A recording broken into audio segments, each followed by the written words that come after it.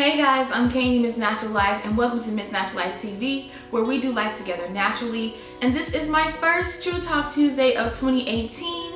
And if you're not aware, True Talk Tuesday is a segment on my channel where I discuss various lifestyle topics that are on my heart. And so today, the topic is, you just may not be everybody's cup of tea. Can we talk about it? Can we talk about it though?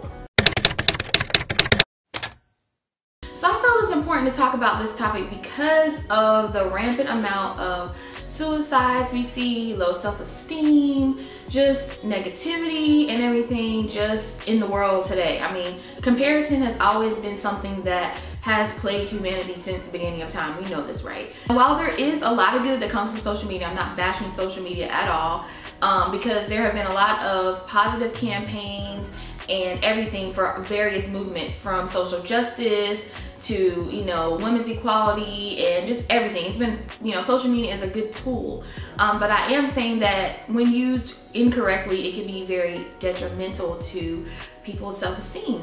And I wanted to talk about this because I've seen this in my personal life. I've seen this in the lives of people that surround me, where people constantly compare themselves and they are constantly concerned about being accepted by other people.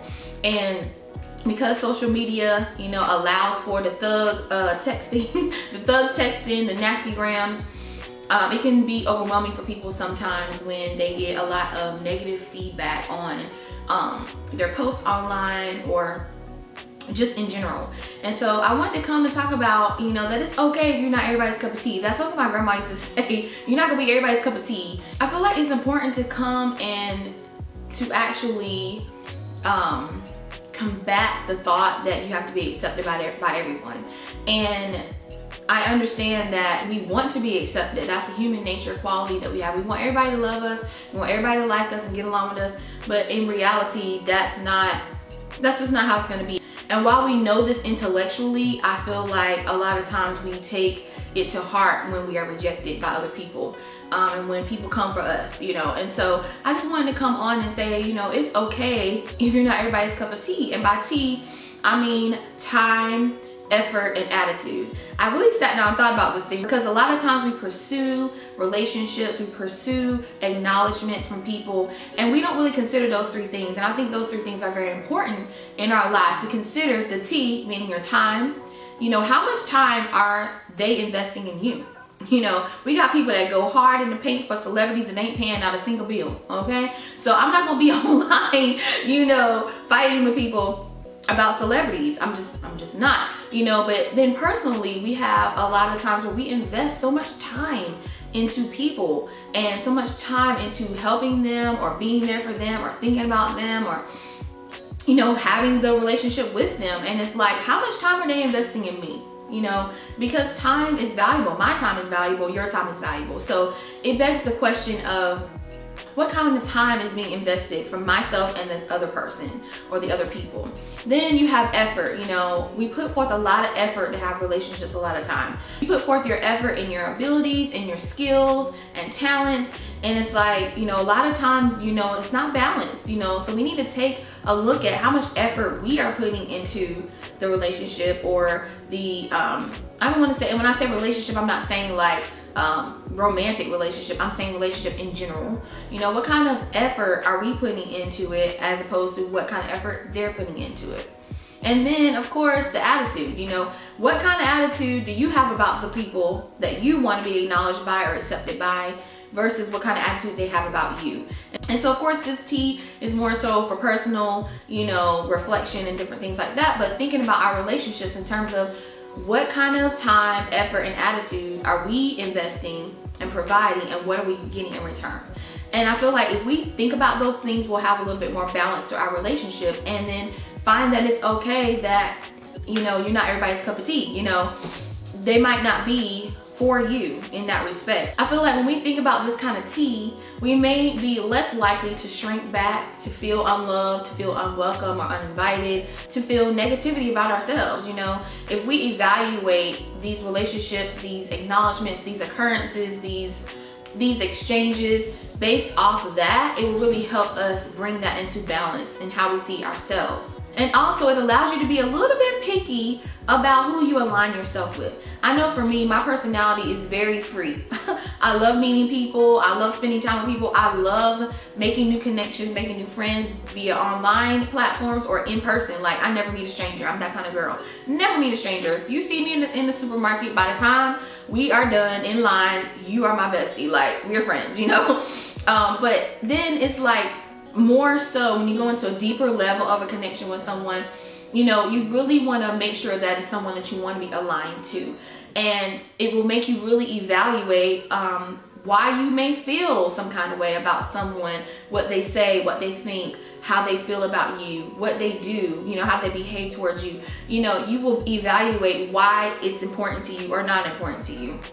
And that will help you in your emotional health, and that will help you in your self-esteem, because, you know, when you really think about, you know, should I really be valuing what this person is saying to me so hard? Like, should I be valuing it as much or not? And it will help you kind of categorize and put people kind of where they belong. Because with saying you're not everybody's cup of tea doesn't mean that they don't like you. Like me, I'm a tea lover, a tea drinker. I love all types of teas. However, if you give me an option, and chai tea is on one of those options, chai tea is #1 for me, because that is bae. Like, it's spicy, it's smooth, it's just the best, like, out of all the teas. So while I may enjoy other teas, chai tea is like bae.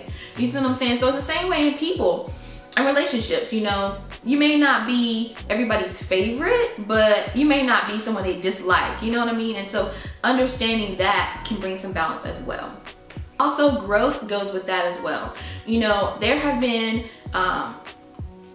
I have had relationships with people that were very deep and very strong, and then they changed over time. And a lot of it had to do with growth. There were people I was rocking with, doing stuff with, and then I grew. I grew up, or my interests changed, or their interests changed, or they grew in a different direction, and it was no harm, no foul. Like, nobody's angry, but there was some growth there.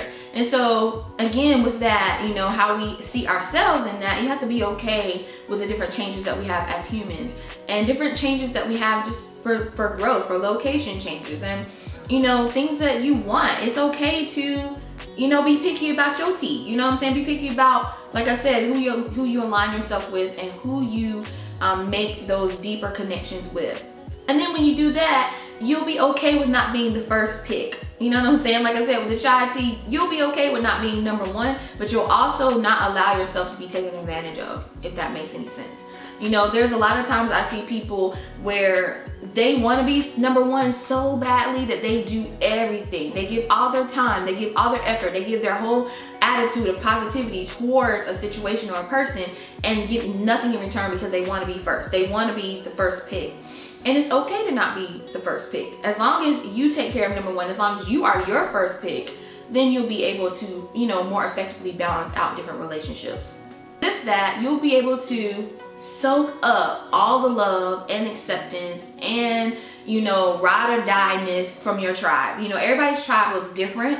You know, some people have a bunch of people in their tribe, other people just have a few, you know, and it's all based on who we are, what our purpose is, what we're doing in life, you know, and being okay with that, you know, but soaking up all the love, all the positivity, all the support from your tribe is important. And then it helps you not compare your tribe to somebody else's tribe.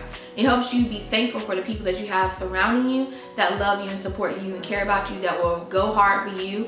It makes you appreciate that and not overlook it. Not say, oh, well, I only have 4 people in my tribe versus her. She has 44 people in her tribe, and she has 4.5 million people in her tribe. Don't look at all that. You look at the 4 people that love you to the 10th power and will go hard in the paint for you.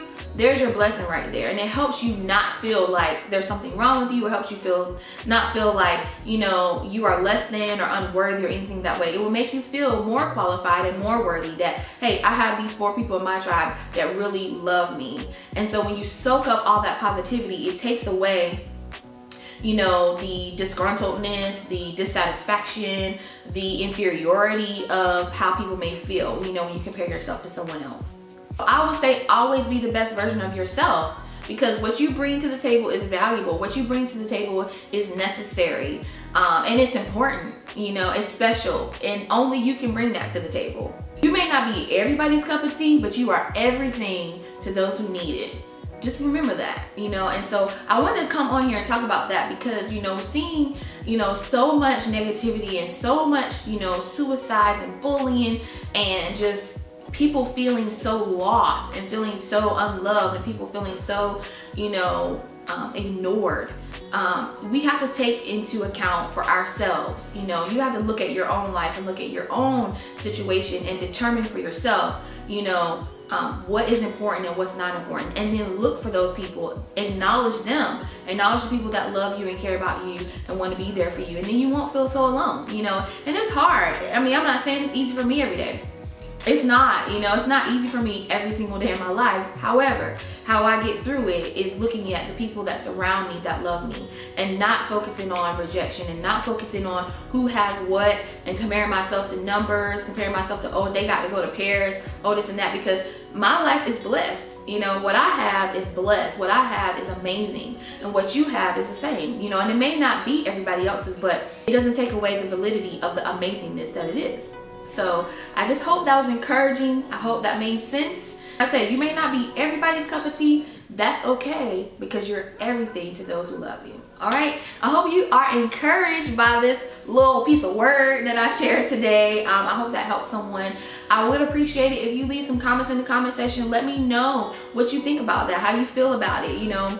And if you have any advice to give people, put it down there, because people read the comments all the time. You know, I read your comments and I try my best to reply to everyone, and I would love your advice as well. So be sure to participate. Let's conversate, you know, as they say. And conversate ain't really a word, but anyway, I'm not gonna ramble. Leave some advice in the description box, not in the description box, in the comment section. Oh, y'all can tell it's been a long time since I've done this, right? Leave some advice in the comment section. Don't forget to follow me everywhere online at MzNaturalLife. Don't forget to click the notifications so you don't miss any uploads from me. And I love you guys so much, and I'll see you guys in the next video. Later.